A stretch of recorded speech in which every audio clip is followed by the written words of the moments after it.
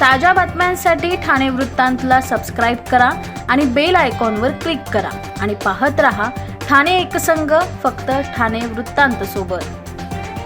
कल्याणमधून संतापजनक घटना समोर आली। अवघ्या 7 वर्षीय चिमुरडीवर 55 वर्षाच्या नराधमाने बलात्कार केला असल्याचे उघडकीस आले आहे।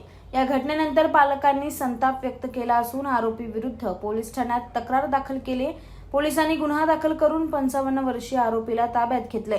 तसेच या प्रकरणात पुढील तपास सुरू केला आहे।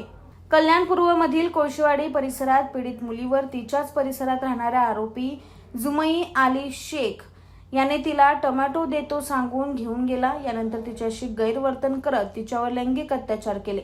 पीडितेने घडलेला सगळा प्रकार कुटुंबियांना सांगितला। कुटुंबाने संतापून पोलीस ठाण्यात धाव घेतली। माहिती मिळाल्यानंतर कोळसेवाडी पोलीस घटनास्थळी दाखल झाले आणि प्राथमिक चौकशीनंतर आरोपीला ताब्यात घेतला आहे।